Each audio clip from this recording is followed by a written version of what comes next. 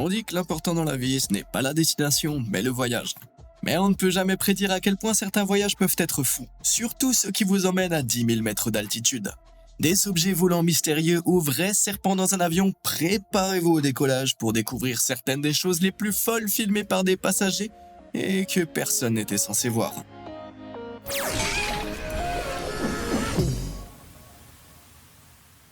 Chute de débris. Quand on y pense, les avions sont vraiment des machines incroyables. Cependant, certains passagers ont eu un aperçu beaucoup plus rapproché du fonctionnement interne des avions qu'ils n'auraient dû. Peu après le décollage, les passagers du vol Air Tran reliant Atlanta à Orlando le 13 juillet 2004 ont littéralement pu voir l'intérieur de l'un des réacteurs. Cette photo a été prise depuis un siège côté hublot, et aussi effrayante qu'elle puisse paraître pour un passager lambda, elle n'est pas nécessairement synonyme de catastrophe. En effet, un réacteur peut continuer à fonctionner normalement même après avoir perdu ses panneaux extérieurs appelés capots de soufflante, qui servent uniquement à protéger les mécanismes sous-jacents et ne sont généralement ouverts que pour la maintenance. Dans ce cas précis, leurs verrous ont cédé et l'ensemble s'est envolé. Mais en réalité, dans une situation comme celle-ci, le plus dangereux est la possibilité que l'un des morceaux arrachés constitue un danger sous forme de débris tombant, ce qui est exactement ce qui s'est produit lors d'un vol beaucoup plus récent. Tout semblait normal et routinier lorsque le vol 328 de United Airlines a décollé de Denver à destination d'Hawaï le 20 février 2021. Mais, une heure après le décollage, alors que l'avion survolait Broomfield dans le Colorado, les passagers ont regardé par le hublot et ont vu ceci.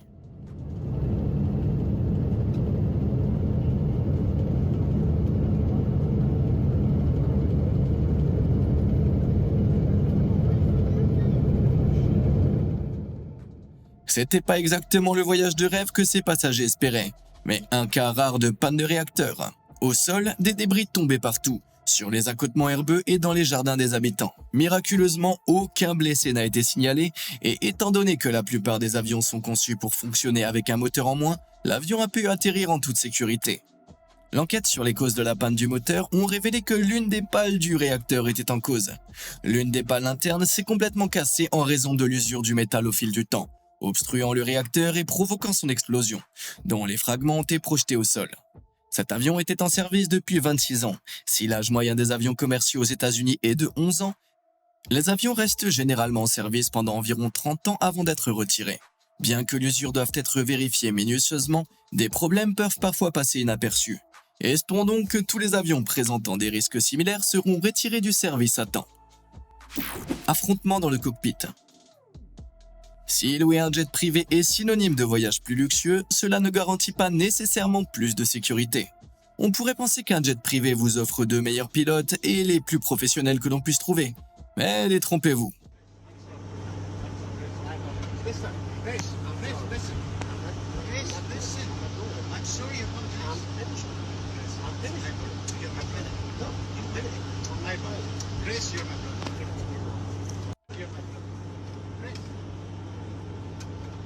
What's going on, brother?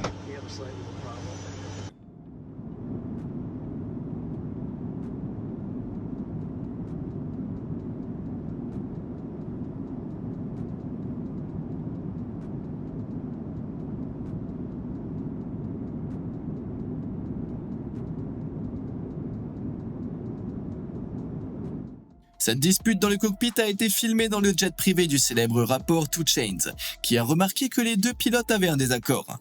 Et les deux hommes ont été contraints de poursuivre leur conversation sur la piste, dans une scène déconcertante qui était loin du comportement exemplaire attendu des pilotes, et que les passagers, surtout des passagers célèbres, ne sont pas censés voir.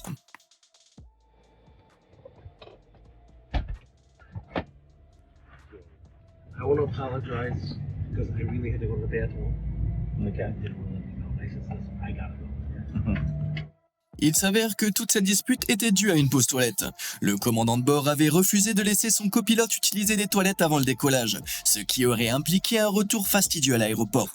Malgré leur prix luxueux, de nombreux jets privés ne disposent pas de toilettes à bord, en particulier des avions plus légers utilisés pour des vols intérieurs d'une durée d'1h30 à 2 heures.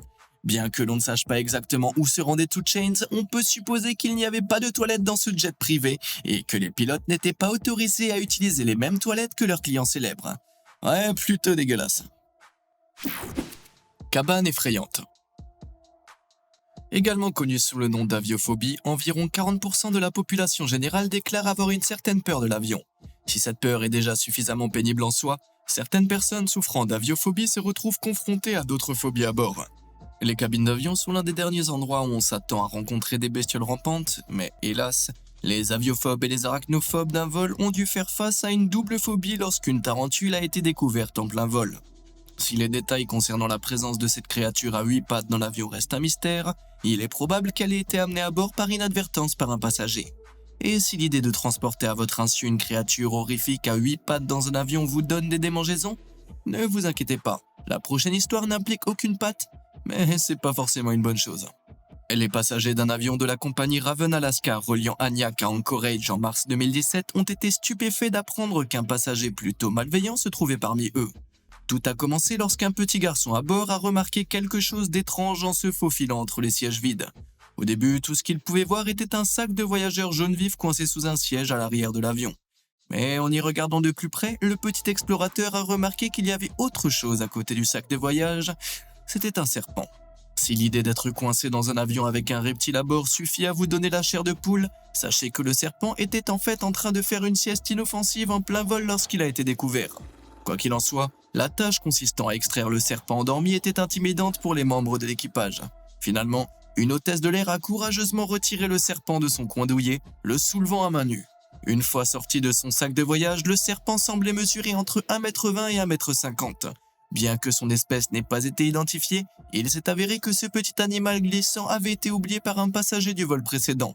Ce dernier avait introduit son animal de compagnie à bord en cachette, et ce n'est qu'une fois rentré chez lui qu'il s'était aperçu de son absence et l'avait signalé à la compagnie aérienne.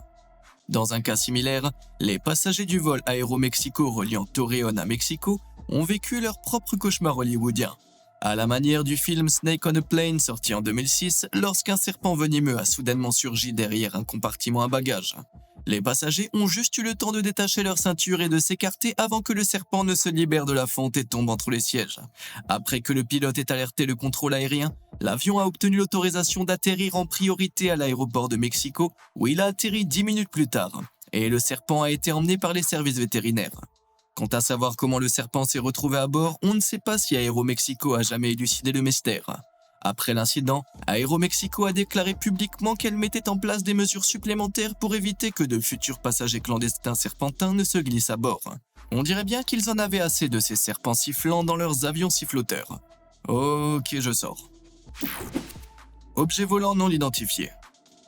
Il ne fait aucun doute que les meilleurs divertissements à bord d'un avion consistent à regarder par le hublot et à observer le monde défiler sous vos yeux. Mais que feriez-vous si vous voyiez cela ? What's going on? What's happening? Right now. Ce clip a été filmé par Zoé Montoya, passagère et tiktokeuse, lors d'un vol entre Las Vegas et Tulsa le 6 février 2022. Alors, qu'est-ce qu'il se passe ici ? Outre les habituelles théories sur les extraterrestres, les démons et les monstres spaghetti volants, certains ont avancé que les images indéniablement effrayantes étaient dues à des traînées de condensation ou contrails. Les traînées de condensation sont principalement composées de particules d'eau sous forme de cristaux de glace émises par un avion en vol, soit par les gaz d'échappement des moteurs, soit par les changements de pression atmosphérique. Bien que les traînées de condensation soient généralement observées sous forme de traînées blanches dans le ciel, il existe des preuves que leur couleur peut changer en fonction de l'heure de la journée et de la position du soleil, comme on le voit ici. De même, un avion endommagé pourrait simplement émettre de la fumée noire dans la vidéo. Bien qu'on ne puisse pas voir d'avion devant les traînées dans la vidéo de Zoé, l'angle et le zoom rendent difficile de déterminer à quelle distance se trouvent réellement les traînées, et l'objet qui les émet est peut-être trop éloigné pour être visible à l'œil nu. Un commentateur de TikTok, Matt Derogatory, a affirmé avoir également vu quelque chose de très similaire lors d'un vol vers la Floride. Heureusement, Matt avait son propre expert en aviation à ses côtés, sa mère, qui se trouve elle-même être pilote et qui a confirmé qu'il s'agissait bien de traînées de condensation provenant d'un avion lointain. Outre le fait d'être corroboré par un pilote, l'hypothèse des traînées de condensation en ombre chinoise est tout à fait plausible, comme le montre cette autre vidéo d'un autre avion non identifié filmé en mars 2019.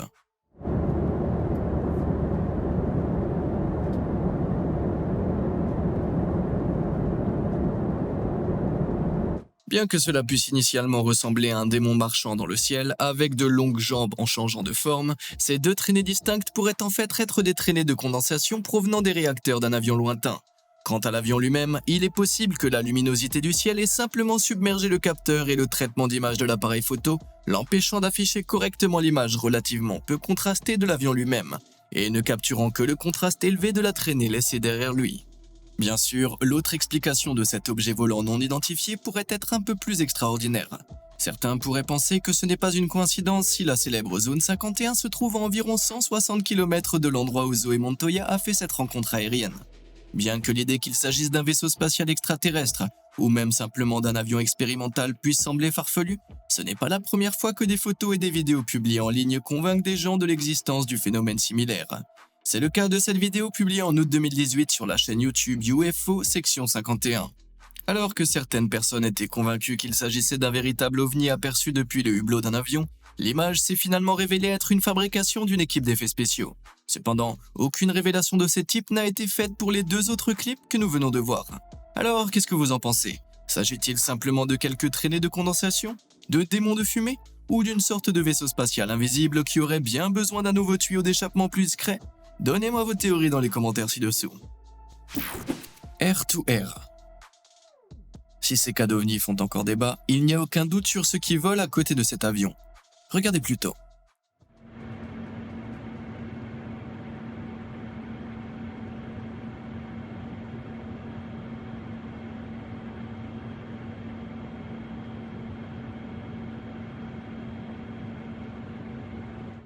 Si vous pensiez pouvoir échapper aux embouteillages à 12 000 mètres d'altitude, détrompez-vous. Imaginez-vous en train de regarder par le hublot et de voir ça. Heureusement, ce crash qui semble imminent n'est pas ce qu'il paraît. Les publicités télévisées et vidéos sont très importantes pour les compagnies aériennes, mais vous êtes-vous déjà demandé comment elles réalisaient leur publicité fantastique? Eh bien, les retouches sont effectuées en post-production. Les images brutes sont souvent tournées dans la vie réelle, dans les airs, et c'est exactement ce qu'il se passe ici. Wolf Air est une société de photographie aérienne spécialisée dans le tournage d'avions en vol pour des films, des publicités et bien plus encore. Pour ces tournages, Wolf Air utilise des avions à réaction à grande vitesse tels que le Learjet 25B, spécialement conçus pour le tournage avec des caméras fixées à l'extérieur. Ces caméras externes sont contrôlées par des caméramans à l'intérieur qui peuvent visionner les images en temps réel afin de garantir les meilleurs plans. La logistique nécessaire pour tourner des images aussi impressionnantes est incroyablement complexe, et des sociétés telles que Wolf Air rencontrent les pilotes afin de planifier avec précision le meilleur itinéraire de vol pour obtenir les images souhaitées en toute sécurité. Les 2 avions décollent et volent en tandem, se rapprochant dangereusement l'un de l'autre pour réaliser de gros plans spécialisés, comme ceux de cette publicité pour la flotte rouge d'Air Canada. Et alors que la plupart des stars de cinéma trouvent leur place sur le Walk of Fame à Hollywood, ces passionnés de vidéos aéronautiques visent directement les cieux. Protection en plastique pour avions. Imaginez la scène, vous avez réussi à passer les files d'attente interminables à la sécurité. Vous vous êtes frayé un chemin à travers les boutiques duty-free et vous avez enfin trouvé votre siège, pour vous retourner et découvrir ce qui se trouve à côté de vous. Vous vous demandez peut-être pourquoi les autres passagers ne sont pas horrifiés par ce sac mortuaire, mais il ne s'agit pas d'un accident mortel en vol. Cet homme est bien vivant, il a simplement choisi de s'envelopper dans un sac plastique géant. Mais pourquoi? Eh bien, dans la religion juive Haredi, les personnes issues de la lignée sacerdotale appelée Cohens ont interdiction d'entrer dans les cimetières afin de ne pas souiller leur pureté en entrant en contact avec les morts. La loi juive stipule que les Cohen ne peuvent s'approcher à moins de 2 mètres d'une pierre tombale à moins d'être séparés par une clôture d'au moins 1 mètre de haut. Mais quel est le rapport avec les avions, me direz-vous? Eh bien, ces règles concernant les cimetières ne s'appliquent pas seulement au niveau du sol, elles s'étendent jusqu'au ciel. Cela signifie que lorsqu'un Cohen prend l'avion et que la trajectoire de vol passe au-dessus d'un cimetière, il risque de trahir ses obligations religieuses. Le problème s'est posé lorsqu'un pilote de la compagnie aérienne El Al Israel a informé son rabbin que les avions de la compagnie survolaient parfois des cimetières autour de la ville israélienne de Tel Aviv. La ville compte de nombreux cimetières dans sa périphérie et elle possède même un cimetière suspendu construit en 2014 pour faire face à la surpopulation des cimetières. En réponse aux problèmes potentiels croissants des survols de cimetières lors de voyages à l'étranger, les rabbins harédim ont décrété que la seule solution pour éviter le péché était de s'envelopper dans un plastique épais pendant que l'avion survolait le cimetière. Après la diffusion de cette nouvelle en 2001, des compagnies aériennes que El Al Israel ont commencé à recevoir des demandes de passagers souhaitant être enveloppés dans du plastique pendant les vols. Bien que soucieuse de respecter les sensibilités religieuses, El Al ne pouvait ignorer le fait que les passagers enveloppés dans du plastique pouvaient poser de sérieux problèmes de sécurité, notamment l'impossibilité d'accéder à un masque à oxygène ou de se déplacer en cas d'urgence. Sans parler du fait que le plastique est en soi assez difficile à respirer. En 2001, la compagnie aérienne a donc été contrainte d'interdire à tout passager d'emporter à bord des sacs mortuaires en plastique. Cette image particulière aurait été prise au début des années 2000, avant l'interdiction mise en place par les compagnies aériennes. Et depuis lors, la compagnie El Al a pris des précautions pour s'assurer que ses itinéraires de vol ne traversent jamais des cimetières et que les seuls sacs à bord de ces avions contiennent des cacahuètes et des bretzels et non des prêtres. Zoo Céleste. Si vous aimez les animaux, vous savez que le pire moment des vacances, c'est celui où il faut quitter ces animaux de compagnie. Mais pour certaines personnes, les animaux sont plus que des animaux de compagnie. Ils sont indispensables pour voyager. À première vue, une photo comme celle-ci pourrait vous faire penser à une blague ou à un montage, mais c'est pourtant bien réel. Cette passagère s'appelle Zodis Molly et elle vient de Seattle dans l'état de Washington. Et on peut dire sans se tromper qu'elle ne craint pas de faire quelques vagues avec son compagnon de voyage très particulier, Easter, une dinde de 11 kilos. Après avoir perdu son mari en 2015, Easter est devenue la principale source de réconfort de Jodie, qui l'emmène partout avec elle, même en avion. Ces photos ont été prises à bord d'un avion qui emmenait Jodie à San Francisco où elle avait prévu de disperser les cendres de son mari en 2016. Easter est classé comme animal de soutien émotionnel, censé être utilisé dans le cadre d'un programme de thérapie émotionnelle. Légalement, ces animaux ne sont pas considérés comme des animaux d'assistance tels que les chiens guides d'aveugles ou les chiens d'alerte, mais ils peuvent être tout aussi importants pour la qualité de vie de certaines personnes. Si les histoires comme celle de Jodie sont réconfortantes, il semble que d'autres voyageurs aient commencé à profiter d'une faille dans le système. La plupart des compagnies aériennes facturent les frais élevés aux passagers qui souhaitent voyager avec leurs petits animaux de compagnie en cabine. Mais en vertu de la loi sur l'accès des transporteurs aériens, les compagnies aériennes ne sont pas autorisées à facturer des frais pour les animaux de soutien émotionnel. Du jour au lendemain, toutes sortes d'animaux de soutien émotionnel ont fait leur apparition dans les avions. Des chiens de compagnie ordinaires aux cochons en passant par les chevaux. La situation devenait clairement incontrôlable et le personnel de bord devait souvent s'occuper d'animaux non dressés dans la cabine. En décembre 2020, le ministère américain des Transports a annoncé que les compagnies aériennes n'étaient plus tenues d'autoriser les animaux de soutien émotionnel à bord de leur vol, mais qu'elles continueraient d'autoriser les chiens d'assistance pour les passagers handicapés. Ainsi, la prochaine fois que vous prendrez l'avion, vous n'aurez plus à vous soucier de la présence d'animaux sauvages à côté de vous. Enfin, à part ce type qui devient fou avec ses mini-bouteilles de vin, ou même le type qui se pose à côté de vous. Problème lié aux passagers. Lorsque Maxwell Berry est monté à bord d'un vol reliant Philadelphie à Miami le 31 juillet 2021, il était loin de se douter des ennuis dans lesquels il allait se fourrer. Avant de vous raconter comment il s'est retrouvé dans cette situation, laissez-moi vous montrer comment il a fini.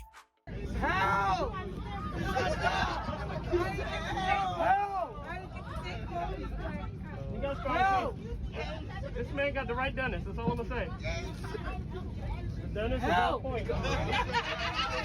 Ladies and gentlemen, just make sure your seatbelts are fastened. We are...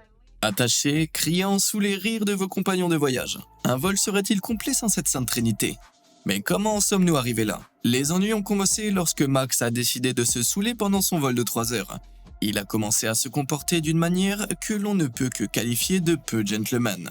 Après s'être battu avec un agent de bord et avoir fait des avances inappropriées à 2 autres membres de l'équipage, la coupe était pleine. Il a passé le reste du vol scotché à son siège, hurlant dans son ivresse. Il est évident que retenir des passagers n'est pas vraiment une bonne image pour les compagnies aériennes. Donc, quand ça arrive, vous savez que ce n'est pas quelque chose que les autres passagers sont censés voir. Même si attacher quelqu'un à son siège et lui couvrir la bouche peut sembler un peu extrême, le problème avec les voyages en avion est que le personnel de bord ne peut pas vraiment expulser les passagers dangereux de l'avion. Mais il ne peut que les maîtriser. Les agents de bord suivent une formation intensive en désescalade, mais si des mesures doivent être prises, de nombreuses compagnies aériennes soutiennent légalement leur personnel s'ils doivent maîtriser quelqu'un. Certaines compagnies aériennes disposent de menottes à bord, mais selon un agent de bord, la compagnie aérienne dans la vidéo que nous avons vue fournit du ruban adhésif à son personnel, ce qui expliquerait pourquoi Max était attaché à son siège. Si certains de ses compagnons de voyage ont trouvé les pritreries de Max amusantes, ce délinquant aérien a finalement été condamné à 60 jours de prison pour ses frasques. Je me demande s'il a tenté les mêmes tactiques pour tenter de s'évader de prison. Craquer sous la pression. Le siège côté hublot peut être le meilleur endroit dans un avion pour admirer le paysage. Mais qu'en est-il en cas d'urgence? En 2018, un passager assis côté hublot à bord d'un vol Southwest Airlines reliant Chicago à Newark a eu la peur de sa vie lorsque le hublot s'est fissuré de manière inexplicable sous ses yeux. Le pilote a rapidement pris la décision d'atterrir dans les 15 minutes afin d'éviter que le hublot ne se brise complètement et que la cabine ne se dépressurise. Mais que se serait-il passé si le hublot s'était complètement brisé en plein vol au-dessus de l'océan, où le pilote n'avait aucun moyen d'atterrir? Dans un avion, la pression atmosphérique dans la cabine est beaucoup plus élevée que celle à l'extérieur. C'est pourquoi les hublots bien renforcés sont essentiels pour maintenir des conditions respiratoires confortables pour les passagers. Nos poumons sont habitués à fonctionner à une pression atmosphérique d'environ 14,7 livres par pouce carré, qui est la pression typique du niveau de la mer. Plus vous voyagez en altitude, plus les molécules d'air se dispersent. Et lorsque vous arrivez environ à 12 000 mètres, l'altitude à laquelle vole un avion, la pression atmosphérique chute à seulement 4 livres par pouce carré. Si vous essayez de respirer à cette altitude à l'air libre, vous perdriez connaissance en moins d'1 minute en raison du manque d'oxygène. Quoi qu'il en soit, grâce à la puissance de l'ingénierie aéronautique, le système de pressurisation d'un avion maintient la pression intérieure de la cabine entre 12 et 11 PSI. Si vous vous demandez pourquoi les cabines d'avion n'essayent pas d'atteindre des niveaux de pression de 14,7 PSI auxquels nous sommes habitués, c'est parce que la conception des avions doit tenir compte de la différence entre la pression atmosphérique à l'intérieur et à l'extérieur. Si la limite de pression différentielle est dépassée, imaginez ce qui arrive à un ballon lorsqu'il est trop gonflé. Boum! Avec tout ça en jeu, la pression exercée sur les hublots de l'avion est énorme, si vous me permettez cette expression. Il est toutefois peu probable qu'un hublot soit entièrement soufflé, car chacun d'entre eux est composé de plusieurs couches de verre et de plastique afin d'obtenir un soutien supplémentaire en cas de fissure. Cependant, si un hublot venait à complètement se briser, formant un trou direct vers l'extérieur, des masques à oxygène tomberaient rapidement du plafond de la cabine. Sans eux, les passagers à bord commenceraient rapidement à suffoquer. Un hublot brisé en altitude provoquerait également, de manière plus immédiate, une fuite d'air rapide vers l'extérieur de la cabine, entraînant avec lui des objets de petite taille. La force de l'air peut parfois être suffisante pour aspirer des objets plus lourds comme des personnes. Ceux qui ne seraient pas aspirés vers le ciel devraient respirer à travers leur masque à oxygène en attendant que le pilote descende à une altitude où la pression atmosphérique est plus raisonnable, puis atterrisse. Cependant, les urgences liées à la dépressurisation des avions sont extrêmement rares et les hublots d'avion ne représentent que 2,7% de tous les incidents liés à une défaillance de pressurisation. Mais bon, ça m'a tout de même fait réfléchir à 2 fois avant de choisir un siège côté hublot. Ah, et au passage, j'espère que t'es pas à l'aéroport en train d'attendre ton avion en regardant cette vidéo. Cabine koala. Voyager en première classe dans un avion est une expérience qui figure sur toutes les listes de choses à faire avant de mourir à travers le monde. Alors que la plupart d'entre nous devraient économiser longtemps pour réaliser ce rêve, 4 chanceux ont pu goûter gratuitement à cette vie de luxe. Voici Paddle, Pelita, Chan et Dahlia. 4 koalas qui ont voyagé de Brisbane en Australie à Singapour en avril 2015 pour célébrer le 50e anniversaire de l'indépendance de Singapour.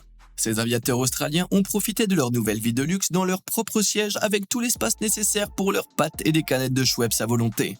Si ces clichés donnent l'impression que les koalas ont passé 8 heures de vol entre Brisbane et le zoo de Singapour à se faire servir des serviettes chaudes et de l'eucalyptus, la réalité est que ces photos ont été prises bien avant le décollage. Les koalas ont passé un vol dans la soute de l'avion, conformément à la réglementation aérienne relative aux animaux sauvages. Bien qu'ils soient l'un des produits d'exportation les plus mignons d'Australie, ces marsupiaux ont été officiellement déclarés en voie de disparition en février 2022. Le don de ce quatuor de koalas a été fait non seulement dans le but de renforcer les relations diplomatiques, mais aussi dans l'espoir de créer et de maintenir une colonie de koalas à Singapour au fil du temps. Je suppose que c'est une façon de justifier le prix exorbitant d'un billet en première classe, plus d'espace pour les jambes, un repas raffiné et un koala en mission internationale héroïque à côté de vous, vendu. Avez-vous déjà vu quelque chose dans un avion que vous pensiez ne pas être censé voir? Dites-le moi dans les commentaires ci-dessous. Et comme d'habitude et jusqu'à la prochaine fois, merci de nous avoir suivis.